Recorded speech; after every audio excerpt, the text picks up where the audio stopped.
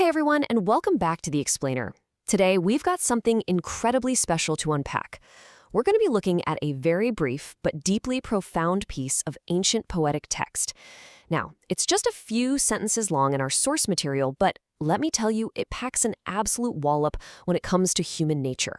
We're going to do a close reading today, analyzing the text directly to really understand this fascinating and, honestly, kind of dark concept: injustice's path among the people. So if you're ready to unpack some beautifully structured cosmic irony, you are in the exact right place. Our text begins with this really profound statement: wisdom did not find a place where she might live. Right away, you'll notice the author isn't just talking about abstract, floating philosophies here. We're treating these concepts as active characters in a cosmic play. Wisdom is personified. She's a real character in this narrative, and she is actively looking for a home. Section 1. The search for a home. Okay, let's dive into the structural dichotomy of this text. We've got two main characters with totally opposing journeys: wisdom and injustice. On one side, wisdom is actively seeking a home, she doesn't find one, and she returns to heaven. But then on the complete opposite end of the spectrum, you have injustice, doing absolutely no seeking at all, yet it easily finds a home and it ends up dwelling on Earth. This perfectly anchors the incredible contrast we are about to explore.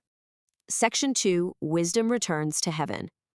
So, let's break down this specific sequence of events for wisdom. Her journey is basically a four-step process. First, she came to dwell among the children of men. Now, this is an active, deliberate choice to enter the human sphere, right?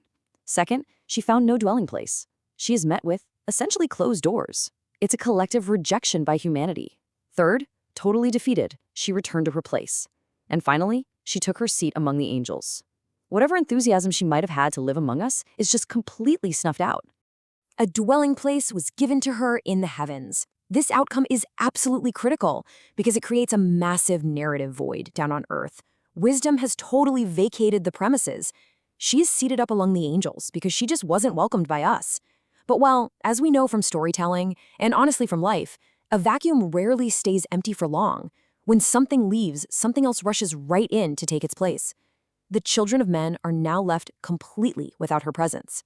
Section 3. Injustice leaves its repository. Now, what's really interesting about this is the source material uses a very specific word here: repository.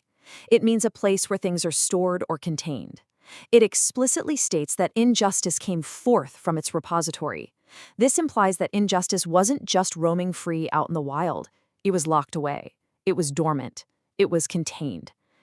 Until a specific opportunity presented itself. And what was that exact opportunity? The literal void left by wisdom's departure. I mean, just listen to the dramatic tension in this exact line. And injustice came forth from its repository. You can almost hear the heavy hinges creaking open, can't you? The darker impulse of human nature enters the scene, stepping right out of storage the very moment wisdom abandons her search. Section 4. The path among the people. And this brilliantly illustrates the profound difference when we look at their searches side by side. Look at this.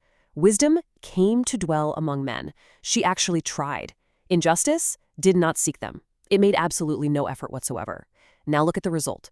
Wisdom found no dwelling place, but injustice found them and dwelt with them. The biting irony of the text is laid completely bare right here. The exact same people who actively rejected wisdom just blindly embraced the injustice that wasn't even looking for them in the first place. Let's isolate this specific line for a second. Whom it did not seek, them it found, and dwelt with them. It perfectly highlights the purely opportunistic nature of injustice. It didn't have to go knock it on doors like wisdom did. It literally just walked out of its repository and found an eager, waiting reception. It stumbled into a home it never even asked for, simply because humanity was practically leaving the front door wide open. Section 5. Rain in the thirsty land. Like the rain in the desert, and like dew in the thirsty land. Let's just slow down and sit with the visual weight of those words for a second. The author is using the natural world to describe exactly how humanity receives injustice.